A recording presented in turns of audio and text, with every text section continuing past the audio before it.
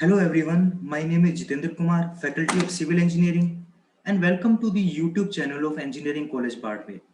This is the second lecture of series Building Planning.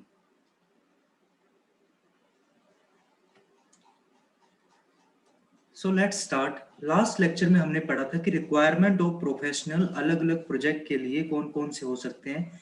जितना complex project होगा उतने ही तरह तरह के हमें वहाँ पर जितने भी प्रोफेशनल है उनकी रिक्वायरमेंट होगी। फॉर एग्जांपल जैसे नॉर्मल हम करते तो आर्किटेक्ट भी चाहिए, सिविल इंजीनियर भी चाहिए, structure engineer, electrical engineer, plumbing engineer, fire protection, HVAC, heat ventilation and air conditioning. एक चीज बता दूं आपको, एयर कंडीशनिंग का मतलब ये नहीं कि आपको सिर्फ और सिर्फ वहां पर कूलिंग करनी है। एयर कंडीशनिंग का मतलब ये भी होता है कि आपको वहां की एयर की कंडीशनिंग करनी है, चाहे वो गर्म करनी हो या ठंडी करनी, यानी कि हीटर चलाने हो या फिर वहां पर कूलिंग करनी हो। नेक्स्ट है हमारे environment specialist and town planner, और we can say urban planner. अब अर्बन प्लानर के बाद आते हैं लैंडस्केप आर्किटेक्ट। ठीक है, आर्किटेक्ट और लैंडस्केप आर्किटेक्ट का क्या काम है कि कोई भी आर्किटेक्ट की अगर मैं प्रॉपर डेफिनेशन दूं तो वो क्या करते हैं, ब्यूटीफुल इमेजिनेशन को वहां पर खड़ा करने की कोशिश करते हैं एक एक्चुअल साइट के ऊपर। आपको पेपर के ऊपर उनकी सबसे खूबसूरत इमेजिनेशन को शो किया होगा कि बेस्ट पॉसिबल वे में उस एनक्लोज स्पेस को हम किस तरह से यूज कर सकते हैं और किस किस तरह से उसे डिवाइड कर सकते हैं।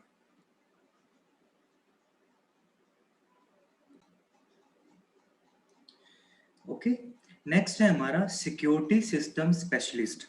कि कोई भी आप किसी भी तरह की स्ट्रक्चर है, आपकी बिल्डिंग है, उसमें आपको सिक्योरिटी सिस्टम भी लगाना पड़ेगा कि कहाँ कहाँ पर आपको कैमरा इंस्टॉल करने हैं, सीसीटीवी को इंस्टॉल करोगे।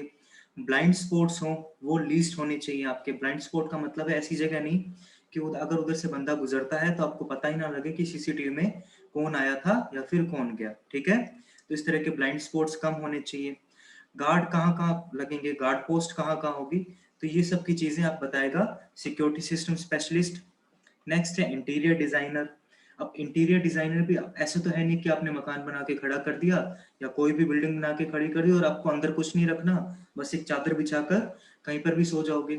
तो इंटीरियर डिजाइनर आपको क्या बताता है कि वॉल्स के ऊपर किस तरह का वॉलपेपर लगेगा, कलरिंग कैसे होनी चाहिए, कलर स्कीम कैसे होनी चाहिए, बच्चों के लिए कैसी होनी चाहिए, बड़ों के लिए कैसी होनी चाहिए, किस तरह के बेड यूज करने चाहिए, बच्चों के लिए कैसे, बड़ों के लिए कैसे, ज्यादा एज पर्सन है, ओल्ड एज पर्सन है, ठीक है, उनके लिए कैसे होने चाहिए। तो इस तरह की ये सब चीजें, कौन सी सीनरी कहाँ लगेगी और लाइटिंग किस तरह से होगी, इन सब की चीजें हमें कौन बताएगा, हमारा interior designer. Quantity surveyor, quantities के बारे में बताना। प्रोजेक्ट कंस्ट्रक्शन मैनेजर और अदर जितने भी सब्जेक्ट होंगे जो भी रिमेनिंग हमारे हैं उनके स्पेशलिस्ट, कि कुछ स्पेशल हमें काम करवाना है तो उसके लिए अलग से स्पेशलिस्ट बुलाए हम। अब देखें views at the concept stage की, कंसेप्ट की स्टेज में हमारे को क्या क्या करना रहता है इन building project, various aspect like from form space planning. ठीक है, एक तो हमें क्या करना है, स्पेस को प्लान करना है पूरा अपने। इस तरह से देखिए कि आपको कोई प्लॉट दे दिया, ओके, उस प्लॉट में आप क्या करोगे, सेटबैक्स लगाओगे। हालांकि ये सेटबैक गवर्नमेंट की तरफ से दिए होते हैं लेकिन फिर भी कुछ लोग इन सेटबैक्स को जरूर छोड़ते हैं। पीछे वाला जो रियर एंड का हम सेटबैक छोड़ते हैं वो किसके लिए छोड़ते हैं, ताकि हमें प्रॉपरली वेंटिलेशन मिल जाए। आपको जनरल इसका नोटेशन बता रहा हूँ कि जनरली हम क्यों छोड़ते हैं। आगे वाला हमारा हम क्या बोलते थे कि चार दीवारी होगी, ठीक है, वहां पर हम गार्डन लगा लेंगे, छोटा सा लॉन हो जाएगा हमारे लिए, तो उसके लिए सेटबैक छोड़ा गया है। अब बीच में आपको स्पेस की प्लानिंग करनी है कि कहाँ कहाँ मेरे बेडरूम्स आएंगे, किचन कहाँ आएगा, लिविंग एरिया कहाँ आएगा, मेरी स्टेयरकेस कहाँ आएंगी, स्टेयरकेस के साथ मेरा फायर प्रोटेक्शन वाला जो मुझे एरिया देना है, होजरील या फिर आपको कोई भी hand operated fire extinguisher use करना है, उन सबको आप कहाँ प्लेस करोगे। ठीक है, उसके बाद ड्राइंग रूम एटसेट्रा।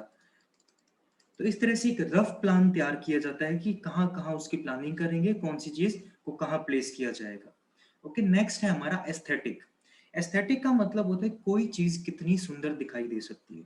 अब एक चीज देखिए, आप खाली ईंटों का घर बना रहे हैं, ईंटों का बना के छोड़ दिया, वो इतनी एस्थेटिकली प्लीजिंग नहीं लगेगी जितना प्लास्टर से आपने एकदम स्मूथ फिनिशिंग करके उसके ऊपर पीओपी लगाई है, व्हाइट कलर चाहिए तो पीओपी से काम चल जाएगा, वरना आप उसके ऊपर और ब्राइटनेस चाहते हैं, लॉन्ग टर्म ड्यूरेबिलिटी चाहते हैं तो व्हाइट वॉशिंग करा सकते हैं। और अगर आपको कलर स्कीम चाहिए कि आपके मूड के हिसाब से कि आपको येलो कलर पसंद है, रेड कलर पसंद है, या फिर कॉम्बिनेशन ऑफ कलर, जैसे आपको मेरे को यहाँ पीछे दिखाई दे सकते हैं, यहाँ पर रेड और येलो का कॉम्बिनेशन दिया हुआ है, तो ये थोड़े प्लीजिंग लगते हैं। कौन सी आप एक चीज को कहाँ रखोगे ताकि हमारी बिल्डिंग ब्यूटीफुल लगे। और फ्रंट का जो, जैसे किसी भी बिल्डिंग का फ्रंट होता है उसे हम क्या कह देते हैं, उसका एलिवेशन बोलते हैं, फ्रंट एलिवेशन। तो आपको फ्रंट एलिवेशन कैसे दिखाई देना चाहिए, जैसे कि आप जनरली देखते हो पुराने जो घर बनते थे उनमें पत्थर यूज किया था, स्टोन यूज किया जाता, छित्तर पत्थर, ठीक है, येलो सैंडस्टोन भी बोलते हैं हम, जिसे जोधपुर में हमें मिलता है येलो सैंडस्टोन, काफी सॉफ्ट होता है।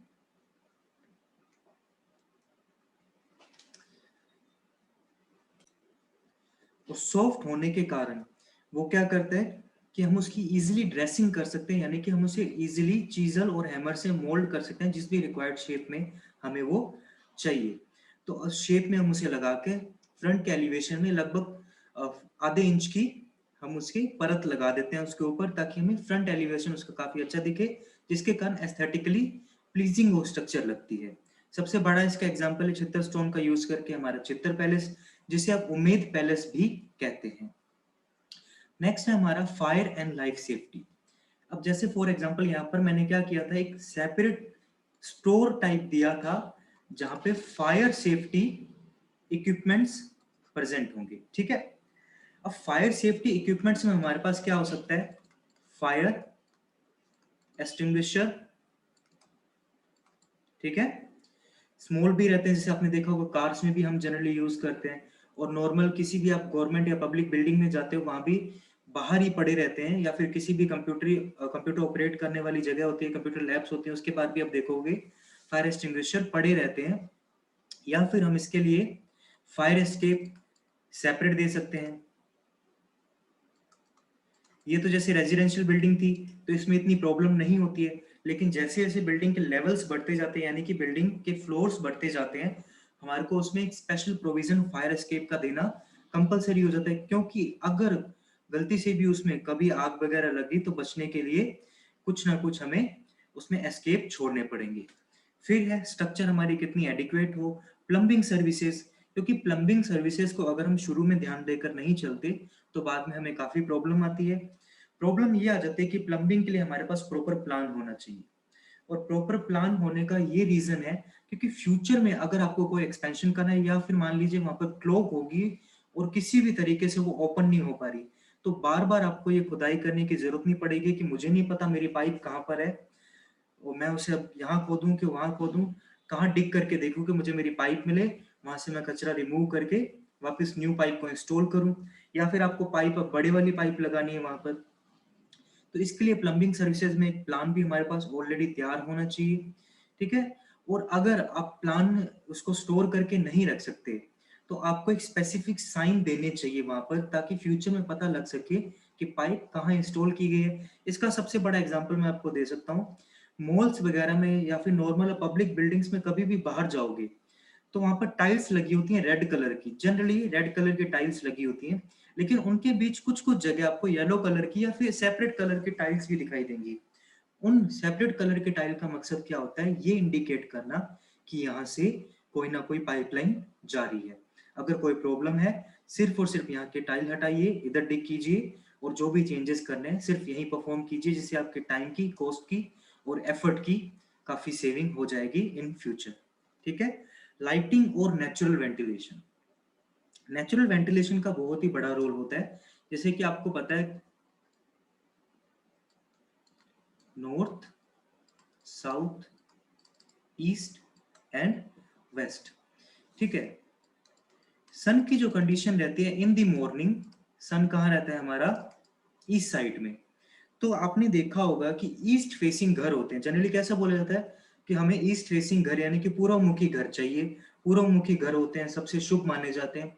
ऐसा क्यों माना जाता था पुराने जमाने में, क्योंकि सुबह उठते ही आपको क्या मिल रही है, सूरज की किरणें मिल रही है, यानी कि विटामिन डी आपको अवेलेबल हो रहा है, ठीक है। सुबह सुबह आपके घर पे नेचुरल लाइट आ रही है, पॉजिटिविटी आ रही है, विटामिन डी आ रहा है, इसलिए बोला जाता है कि पूर्व मुखी यानी कि ईस्ट फेसिंग जो घर होते हैं सबसे बेस्ट होते हैं।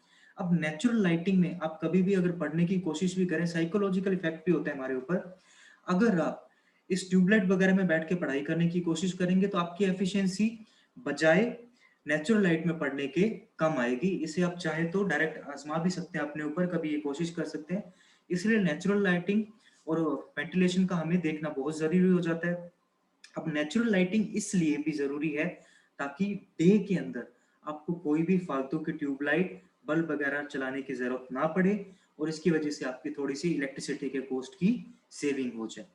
वेंटिलेशन का मतलब है किसी भी बिल्डिंग से एयर का पासेज। ठीक है। अब एयर पासेज किस लिए? मान लीजिए आपने कूलर लगाया है, ठीक है, डेजर्ट कूलर जैसे हम बोलते हैं, पानी भरते हैं जिसके अंदर।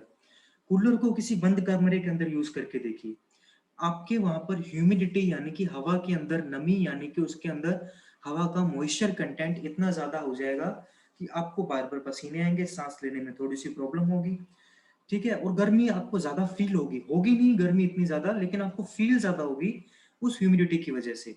इसलिए उस ह्यूमिडिटी को रिड्यूस करने के लिए, या फिर कोई भी फाउल स्मेल वगैरह नहीं होनी चाहिए घर पर, डंपनेस नहीं होनी चाहिए, उसको हटाने के लिए हमें क्या चाहिए होता है? नेचुरल वेंटिलेशन की जरूरत पड़ती है। इसलिए जब भी घर आप कंस्ट्रक्ट कर रहे हो, उसमें कहीं भी बैठो तो उसमें ये कंडीशन दी मोस्ट इंपॉर्टेंट रहती है कि आपको लाइटिंग और नेचुरल वेंटिलेशन का ध्यान रखना बहुत जरूरी होता है। इसके लिए आप ग्लास पेन की विंडो प्रोवाइड करा सकते हैं। ग्लास पेन की विंडो मतलब ऐसी विंडो जिसमें ग्लास पैनल लगे हो, तो उससे आपको लाइटिंग मिल जाएगी। अगर आप उन ग्लास पैनल की विंडो को ओपन कर देते हो तो आपको एयर का पासेज मिल जाएगा, उससे आपको वेंटिलेशन भी साथ में प्रोवाइड हो जाएगा। Generally double glass window provide की जाती है।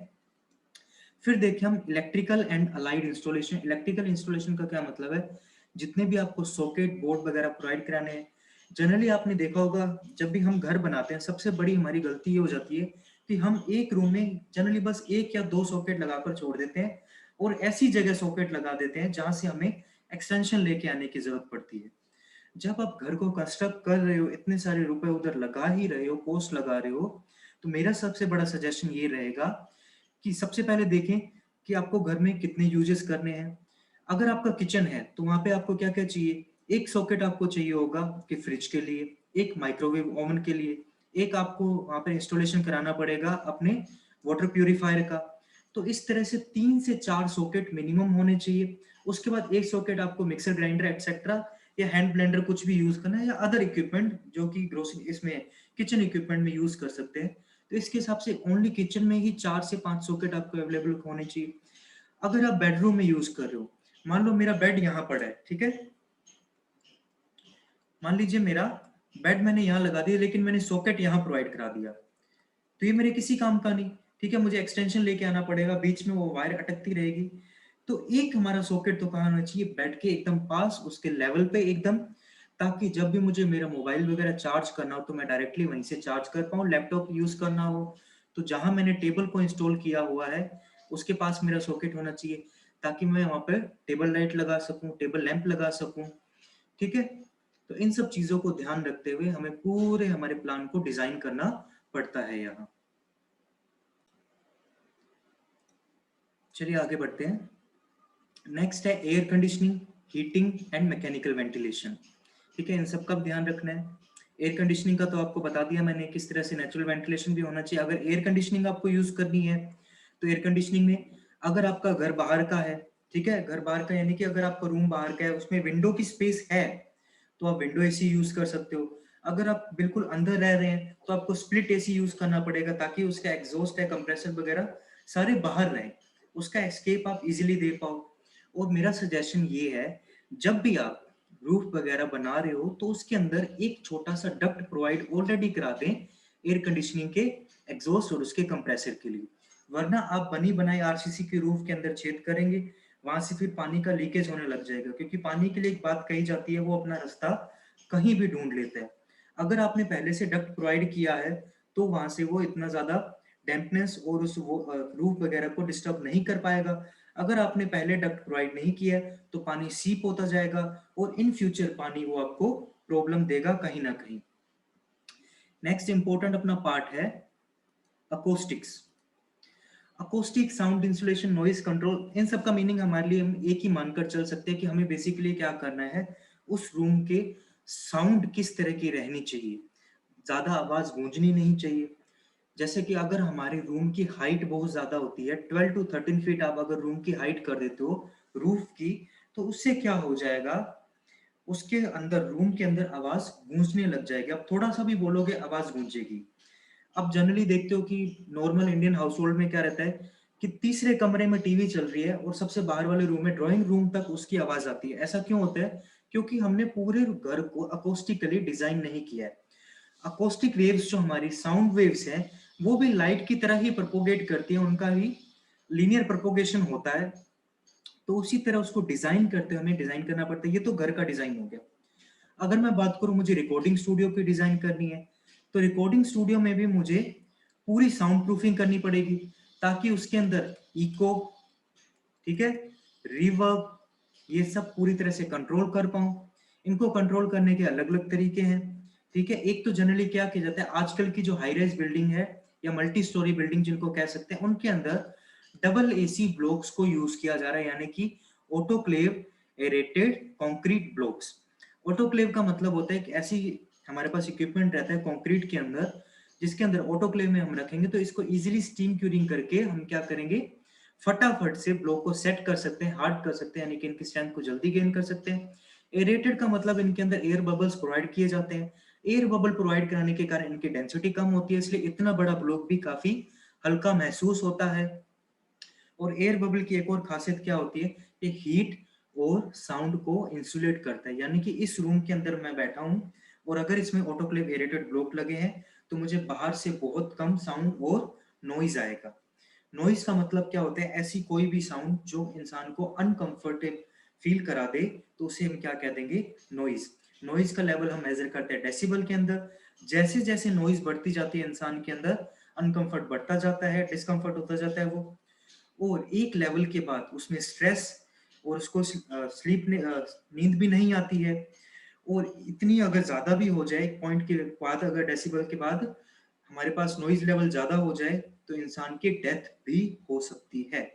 ठीक है, इसलिए हमें नॉइज कंट्रोल और साउंड इंसुलेशन करना बहुत कंपलसरी हो जाता है। और अकोस्टिकली डिजाइन करना है तो आपके लिए, जैसे कि ऑडिटोरियम वगैरह है हमारे, तो ऑडिटोरियम में जनरली क्या रहता है, यहाँ पर स्टेज लगा हुआ है, ठीक है, स्टेज से साउंड गई, मान लीजिए ऊपर बालकनी थी, तो साउंड तो इस तरह से प्रोपोगेट कर रही है, यहां तो साउंड पहुंच गई, लेकिन ये क्या हो गया, डार्क एरिया। डार्क एरिया का मेरे यहाँ पर कहने का मतलब है वो एरिया जहां पर मैं साउंड को महसूस नहीं कर सकता, यानी कि दबी दबी साउंड आएगी। तो जो ऑडिटोरियम या सिनेमा हॉल जो डिजाइन किए जाते हैं अकोस्टिक वैल्यू के हिसाब से डिजाइन किए जाते हैं, ताकि हर पर्सन पर बैठे, वहां पे जितने भी पर्सन बैठे सबके पास बराबर टाइम में साउंड जाए, उनको एक जैसी साउंड सुनाई दे। ठीक है, उसके लिए हमारे पास नीचे कारपेट वगैरह लगाए जाते हैं जाकि ताकि वो साउंड को एब्जॉर्ब कर पाए। वुड की लाइनिंग की जाती है। वुड के छोटे छोटे पार्टिकल, जैसे वुड के डस्ट पार्टिकल होते हैं ना, जैसे वुड के पार्टिकल, वुड डस्ट भी बोल सकते हैं, सो डस्ट बोल देते हैं जिससे हम, सो डस्ट। तो इस सब की फिलिंग करके आपने देखा होगा कि जब भी आप सिनेमा हॉल में जाते हो, साइड में उसकी वॉल पे सेपरेट हमारे पास नॉइज एब्जॉर्बिंग या फिर साउंड एब्जॉर्बिंग मटेरियल लगाया होता है, उसमें सोडस्ट वगैरह भी फिल होती थी पुराने जमाने में। तो ये सब क्या करते हैं, साउंड को एब्जॉर्ब कर लेते हैं, जिसके कारण फालतू का इको और रिवर्ब हमारे पास नहीं आता। जैसे आप देखते हैं कुछ जगह हम बोलते हैं ना, तो 2-3 सेकंड तक पीछे आवाज गूंजती रहती है, हालांकि 1 सेकंड के 10वें हिस्से के बाद हम जो भी सुनते हैं वो गूंजता ही रहता है, वो इको की कंडीशन में आ जाता है। लेकिन हमारे को यहाँ पर क्या करना है कि कोई भी इको फालतू का नहीं आना चाहिए, तो उसके लिए साउंड एब्जॉर्बिंग मटेरियल वहां पर या फिर साउंड प्रूफिंग उस रूम की करनी जरूरी हो जाती है, चाहे वो हमारा थिएटर हो, ठीक है, सिनेमा हॉल हो, या फिर नॉर्मल एक रूम हो, स्टडी रूम हो, लाइब्रेरीज एटसेट्रा। ओके, फिर installation of lift and escalator.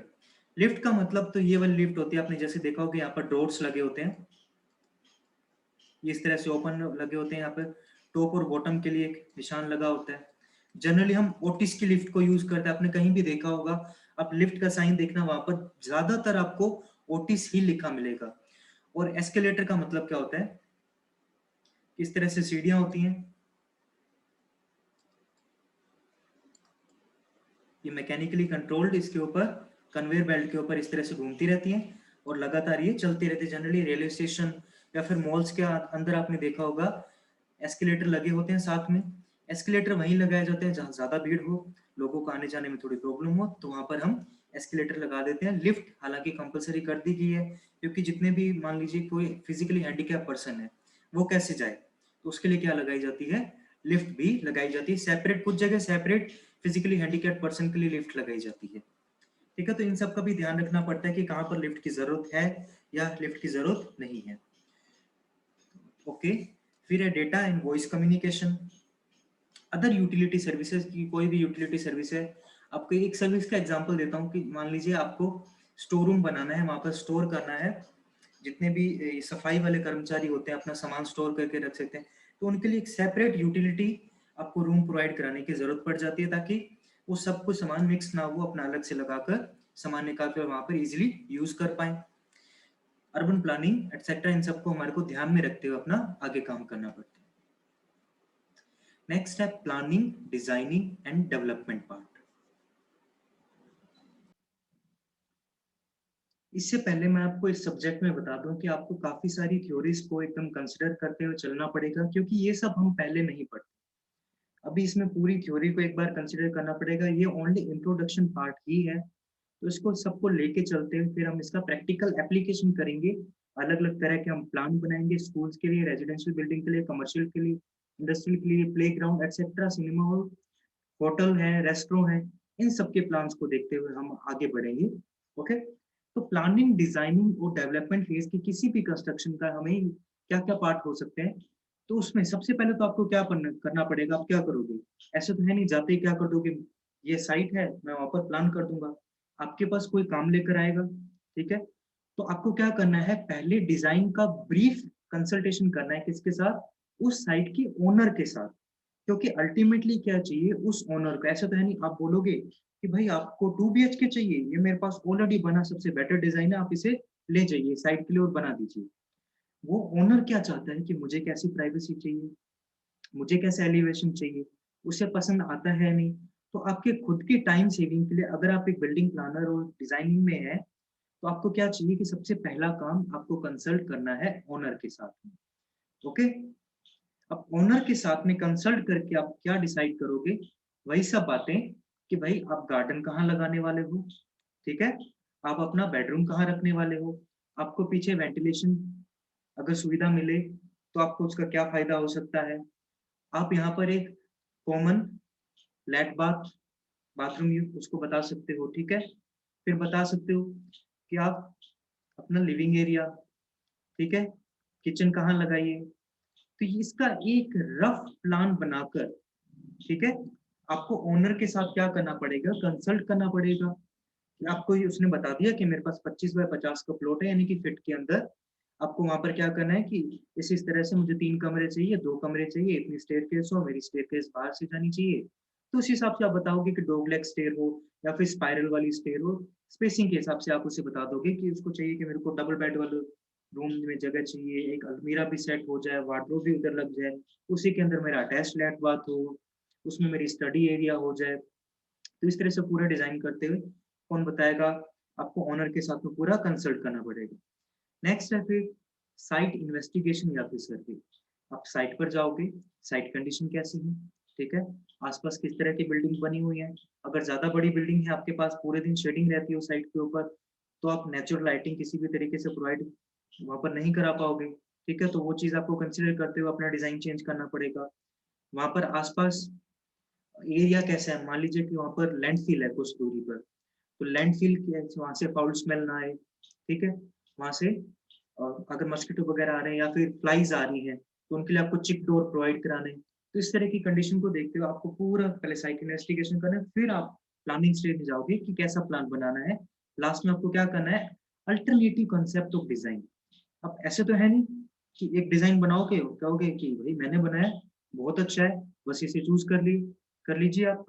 तो आप क्या करोगे, बहुत सारे डिजाइन बना के लेके जाओगे अल्टरनेटिव डिजाइन कंसेप्ट, और डायरेक्ट उसका कंसल्ट करोगे ओनर के साथ, ठीक है, ओनर के साथ कंसल्ट करके एक फाइनल डिजाइन प्लान करके और एक सीधा आगे सिविल इंजीनियर को प्रोवाइड करा दो कि सबसे पहले कैसा प्लान बनता है, आर्किटेक्चर प्लान बनता है। और अगर आपको साइट का इन्वेस्टिगेशन वैसे करना है, as a total civil engineer की बात करूं, साइट का इन्वेस्टिगेशन करना है तो आपको क्या करना पड़ेगा, वहां का सोइल इन्वेस्टिगेशन करना पड़ेगा, ठीक है, ग्राउंड वाटर वहां पे टेबल कैसी है, फाउंडेशन का एनालिसिस करना पड़ेगा। जैसे एसपीटी टेस्ट है हमारा, स्टैंडर्ड प्रोक्टर टेस्ट हो गया, डेंसिटी कितनी है, कोर कटर मेथड वगैरह से या सैंड पोरिंग मेथड से, ये या जो भी सूटेबल मेथड है, वहां से हमने साइट की पूरी कैरेक्टरिस्टिक निकाल दी, ग्राउंड की कैरेक्टरिस्टिक निकाल दी, किस तरह का आपके डिजाइन प्लान करना है, फिर आर्किटेक्ट करेगा, फिर स्ट्रक्चर इंजीनियर आएगा, वो बताएगा कि इसकी स्ट्रक्चर कैसी होनी चाहिए, अगर आरसीसी फ्रेम स्ट्रक्चर हमें बनेगी तो कितना लोड आएगा, कैसे कैसे आएगा, उस हिसाब से आपको मटेरियल अलोकेट करना पड़ेगा, रिसोर्स अलोकेट करना पड़ेगा। आपको प्रोजेक्ट मैनेजर बताएगा इतने टाइम में कंप्लीशन करना है उसका, प्रोजेक्ट मैनेजमेंट जैसे पर्ट और सीपीएम, ये आगे जाकर आप पढ़ने वाले हो सब। अगर अभी भी आपको पढ़ना है तो आप नॉर्मली इन दो टर्म्स के बारे में सर्च कर सकते हो, प्रोजेक्ट मैनेजमेंट की, पर्ट एंड सीपीएम। तो इसके हिसाब से आपको प्रोजेक्ट की शेड्यूलिंग करनी पड़ेगी, प्लानिंग करनी पड़ेगी, फिर कितने टाइम में कंप्लीशन करना है उस प्रोजेक्ट का। और उसके बाद प्रोजेक्ट को सिविल इंजीनियर वहां पर कंस्ट्रक्ट कराएगा, एक्चुअल साइट इंजीनियर है वो उसको क्या करेगा, पूरी मॉनिटरिंग करेगा, कितनी लेबर आपको अलोकेट करनी है, कितना फंड आना है, कब आएगा और कहाँ कहाँ जाएगा, ये सबको मैनेज करने के लिए पूरा एक टीम वर्क के साथ में काम में आगे बढ़ना पड़ेगा। क्योंकि एक भी काम अगर रुका तो आपकी पूरी की पूरी बिल्डिंग का कंस्ट्रक्शन रुक जाता है, और प्रोजेक्ट के अंदर जितना ज्यादा टाइम लगता जाता है उतना ही आपका कॉस्ट यानी कि पैसा बढ़ता जाता है। फॉर एग्जाम्पल आपको दे लेता हूँ कि मान लीजिए आपने पूरी बिल्डिंग बना ली, ठीक है, स्ट्रक्चर खड़ी कर दी, पार्टीशन वॉल वगैरह लगा दी, लेकिन इलेक्ट्रिकल इंजीनियर और वहां पर इलेक्ट्रिक अप्लायंसेज यूज करने वाले वो क्या बोल रहे हैं कि देखिए अभी हमारे पास टाइम नहीं है। अब जब तक इलेक्ट्रिक वाले अपना काम नहीं करेंगे वहां पर वायर्स वगैरह नहीं लग पाएंगी, ठीक है, अब वायर नहीं लग पाएंगे तो प्लास्टिंग नहीं हो सकती, प्लास्टिंग नहीं हो सकती, पेंटिंग नहीं हो सकती, ग्रिट वॉश वगैरह, जैसे मैंने आपको बताया था ना ग्रिट वॉल का कंस्ट्रक्शन है तो उसके ऊपर आजकल क्या चल रहा है, ग्रिट वॉश लगाते हैं हम। तो ग्रिट भी नहीं लग पाएंगे, ग्रिट वॉश भी नहीं हो पाएगा तो उसकी फिनिशिंग नहीं हो पाएगी। बेसिकली मैं क्या बोलूँ, फिनिशिंग नहीं हो पाएगी उसकी बिल्डिंग की। अब फिनिशिंग नहीं हो पा रही तो वहां पर फर्नीचर वगैरह जितना भी इंस्टॉल करना है वो इंस्टॉल नहीं कर सकते, और इस वजह से हमारी बिल्डिंग का जो कंस्ट्रक्शन और उसका जो फंक्शनिंग होनी थी, जिस डेट से उसकी फंक्शनिंग होनी थी, वो डिले होती जाती है। तो इसलिए पूरे एक प्रोजेक्ट को मैनेज करते हुए सबके साथ में एक टीम वर्क चलाते हुए अच्छे से प्रोजेक्ट को मैनेज करते हुए हमें आगे बढ़ना पड़ता है, ठीक है। तो हमारे प्रोजेक्ट में ये काम थे कि क्या करना है आपको, ओनर के साथ कंसल्ट करना है, साइट का इन्वेस्टिगेशन, अल्टरनेटिव कंसेप्ट को डिजाइन करना है, उसके साथ में उन अल्टरनेटिव डिजाइन को लेके जाओगे, उसमें जो भी फाइनल सिलेक्ट कंसेप्ट का सिलेक्शन करना है उसे सिलेक्ट करते हुए आपको काम को आगे बढ़ाना है, ठीक है। नेक्स्ट है development of, wait a minute let me choose my pointer. Next है डेवलपमेंट ऑफ डिजाइन। ओके, अब डिजाइन में आपको क्या क्या करना पड़ेगा, integration of architecture, structure and services.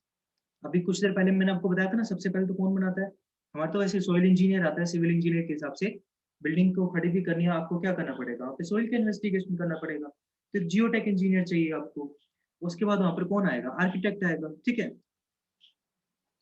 अब आर्किटेक्चर, स्ट्रक्चर प्लान, सर्विसेज में इलेक्ट्रिकल प्लम्बिंग का प्लान या अदर एनी अदर जो भी हमारे पास फैसिलिटी, जैसे मान लीजिए कि आपको फायर प्रोटेक्शन का प्रोवाइड कराना है और स्प्रिंकलर सिस्टम है तो आपको वहां पे डिसाइड करना पड़ेगा कहाँ कहाँ कौन कौन से स्प्रिंकलर प्रोवाइड कराने, वाटर स्प्रिंकलर है या पाउडर बेस्ड स्प्रिंकलर है, तो इस हिसाब से सारे प्लान्स को आपको क्या करना पड़ेगा, इंटीग्रेशन करना पड़ेगा। क्योंकि अब हम डिजाइन फेज में पहुंच चुके हैं, कंसेप्चुलाइज नहीं कर सकते, अब हम क्या करना है, फाइनल डिजाइन करना है, तो उन सबको इंटीग्रेट कर दिया, ठीक है। फिर जितनी भी रिक्वायरमेंट है, जितनी भी डिसिप्लिन की, उन सबको पूरा करना है, ठीक है। वो सारे सब लोगों का इंटरेक्शन कराने के, आर्किटेक्ट का, साइट इंजीनियर का, हमारे जियोटेक इंजीनियर का, सबका आपको इंटरेक्शन कराते हुए ओनर के साथ में प्लान को क्या कर देना है, फाइनलाइज कर देना है ओनर के अप्रूवल से, ठीक है। प्रीलिमिनरी डिजाइन बोलते हैं, जैसे कि सर्वेइंग में भी अगर आपने पढ़ा हो तो प्रीलिमिनरी डिजाइन से भी पहले हम क्या करते हैं, रेकग्नाइजेंस सर्वे या फिर मैप सर्वे जिसको हम बोल देते हैं। तो ये अब तक जितना भी हमने क्या किया है, एक तरह का, एग्जैक्ट नहीं बोल रहा हूं मैं, बोल रहा हूँ एक तरह का रेकग्नाइजेंस सर्वे ही है। अब हम किसके ऊपर आ रहे हैं, प्रीलिमिनरी डिजाइन के ऊपर, ठीक है। यहाँ पर तो हमने क्या किया था, मेथड ऑफ सर्वे, जितने भी मेथड ऑफ हमें आके कंसेप्ट, हमें डिजाइन जो भी साइट प्लान है वो डिजाइन लेकर चलना है। अब क्या कर दिया, प्रीलिमिनरी डिजाइन कर दिया, ऑनर से अप्रूवल ले लिया कि भाई साहब हम ये काम करने वाले हैं। कॉस्ट एस्टिमेट, क्योंकि ऐसे तो है नहीं आप बोलोगे कि ये डिजाइन है, 3 स्टोरी बिल्डिंग है, इस तरह से बनेगी और हमें नहीं पता कॉस्ट कितना आने वाला है, तो ओनर कहेगा भी कॉस्ट नहीं आया, मैं काम में से आगे कैसे बढ़ाऊं, मुझे क्या पता कि मेरे बजट में है भी या नहीं। ठीक है, तो सबसे पहले एक सैंक्शन क्या होता है, कॉस्ट। तो आपको कॉस्ट एस्टिमेट भी तैयार करके देना पड़ेगा, जिसका अप्रूवल आप ओनर देगा आपको, कितने कॉस्ट में मेरी इतनी प्लानिंग हो जानी चाहिए। फिर आपको क्या करना पड़ेगा, preparation of work breakdown structure. Work breakdown structure का मतलब क्या है, एक बार मैं इसे रेज कर दूं।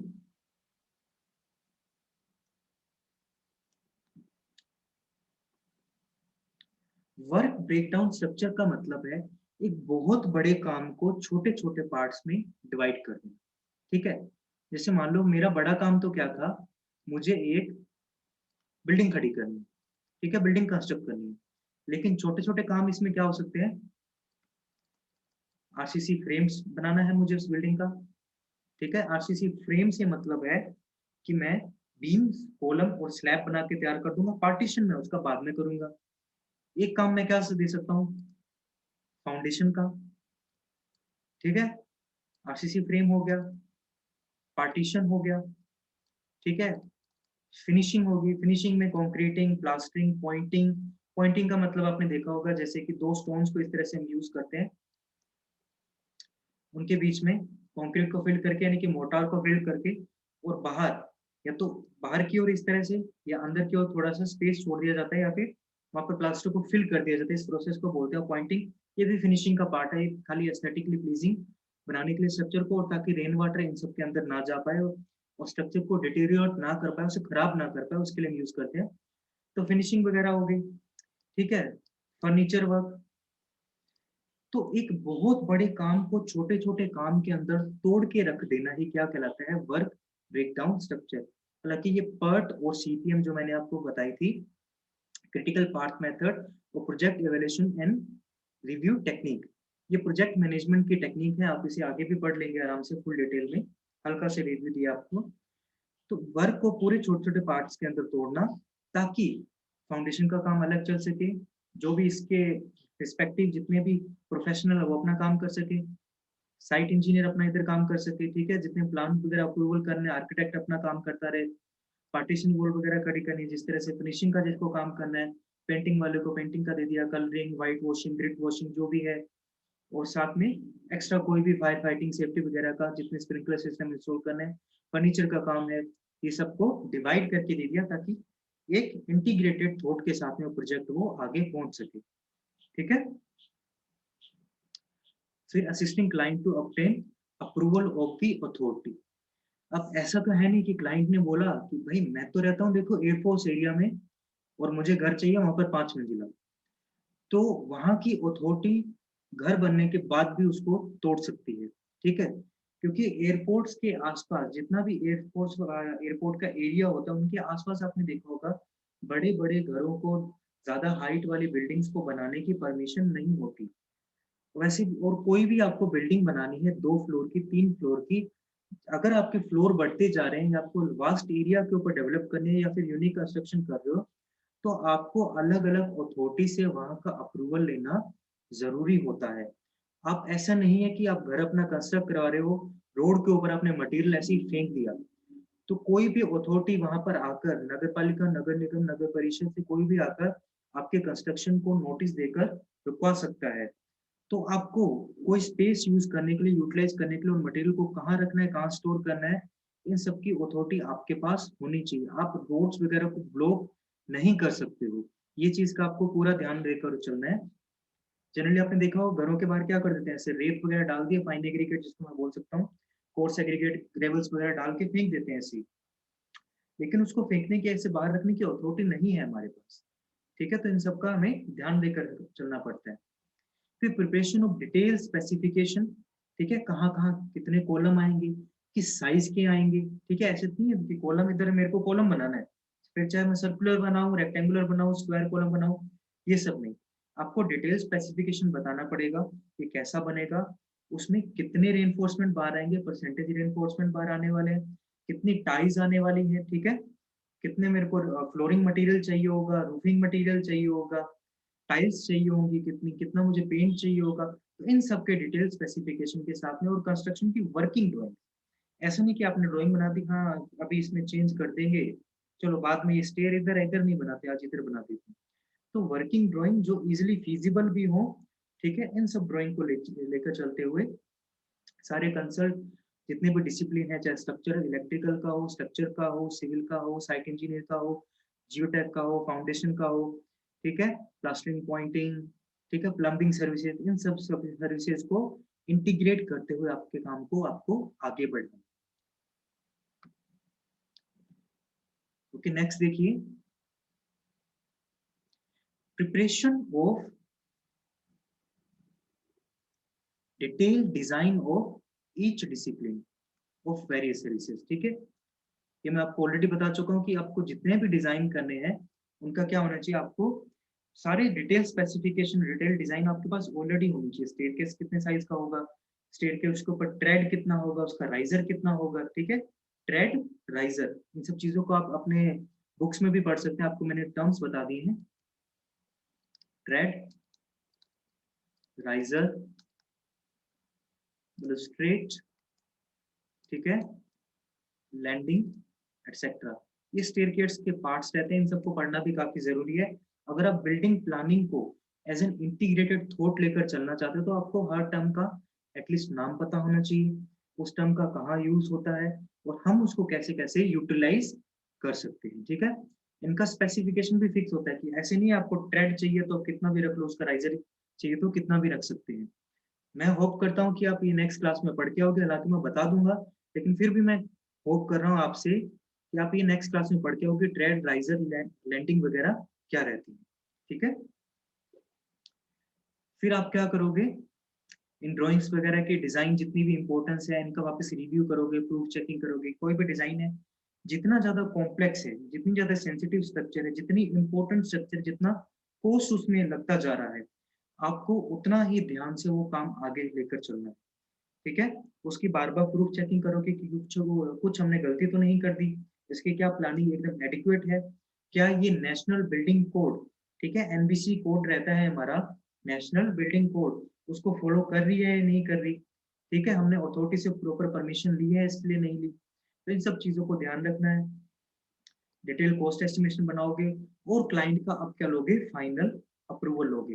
तो इन सब चीजों के बाद, डिटेल स्पेसिफिकेशन बनने के बाद, डिटेल कॉस्ट एस्टिमेट होने के बाद, कि मान लीजिए 15 लाख में इसके ऊपर का कंस्ट्रक्शन होने वाला है, आपने बता दिया, अब इसके बाद करोगे बिल ऑफ क्वांटिटीज बनाओगे। बिल ऑफ क्वांटिटीज मतलब मान लीजिए आपको टैप्स लगानी है, वाटर टैप, तो बिल ऑफ क्वांटिटीज में से इसमें भी गवर्नमेंट की फिक्स क्वांटिटीज का एक बिल रहता है, उसमें से आप देखकर बताओगे कि अभी एक मान लो वाटर टैप है स्टील की, उसका प्राइस कितना चल रहा है, 700, घर के अंदर 10 लगानी है तो 700 के हिसाब से 10 से मल्टीप्लाई करके आपने लिख दिया।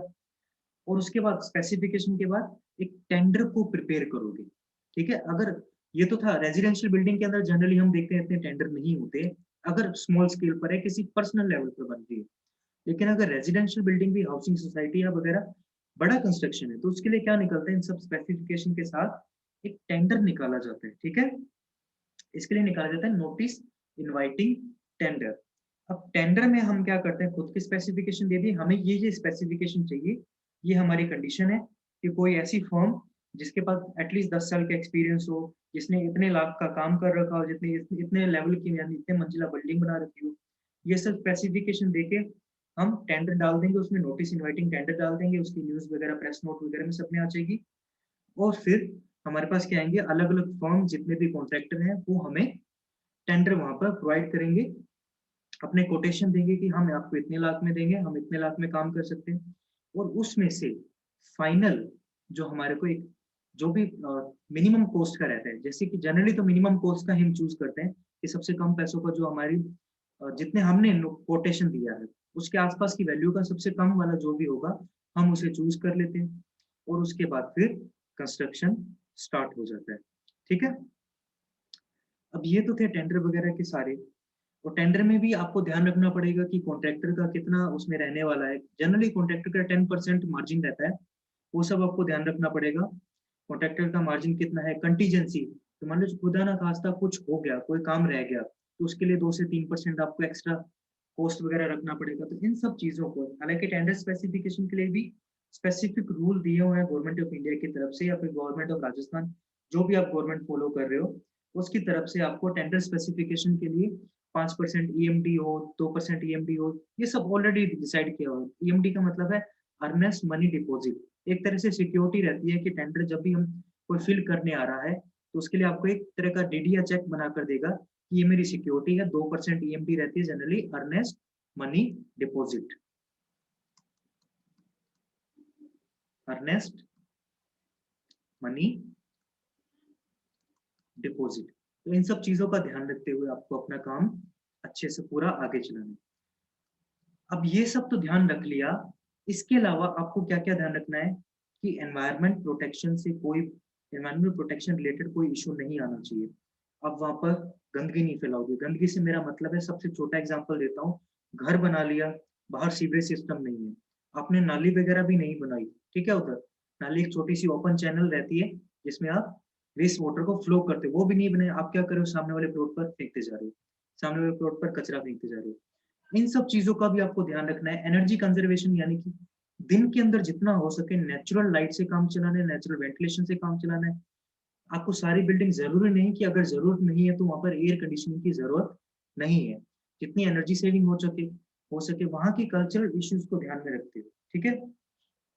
कल्चरल इशू का मतलब कोई भी कल्चरल मोन्यूमेंट है वहां वो आपको बर्बाद नहीं करना है। इसके साथ साथ आर्कियोलॉजिकल सर्वे जो हमारे गवर्नमेंट ऑफ इंडिया ने प्रोवाइड करा रखा है, आर्कियोलॉजिकल सर्वे को भी हमें ध्यान में रखना है कि ऐसी जगह पर हमें नहीं बना देना जहां पर पोटेंशियली या फिर पॉसिबली कुछ भी आर्कियोलॉजिकल इंपॉर्टेंस का सामान मिल सकता है, ठीक है। कल्चरल, कोई भी आपको वहां पर कल्चरल एक्टिविटीज है उनको ध्यान में रखते हुए काम चलाना है, और ऐसा एनवायरनमेंट बनाना है जो सस्टेनेबल प्लानिंग के साथ में। सस्टेनेबल प्लानिंग का मतलब है ऐसी प्लानिंग जिसको आपने अभी मटेरियल रिसोर्सेज यूज किए हैं वो तो कर लिए, लेकिन थोड़े मटेरियल आने वाली जनरेशन के लिए सोचते हुए बचा लिए, ठीक है।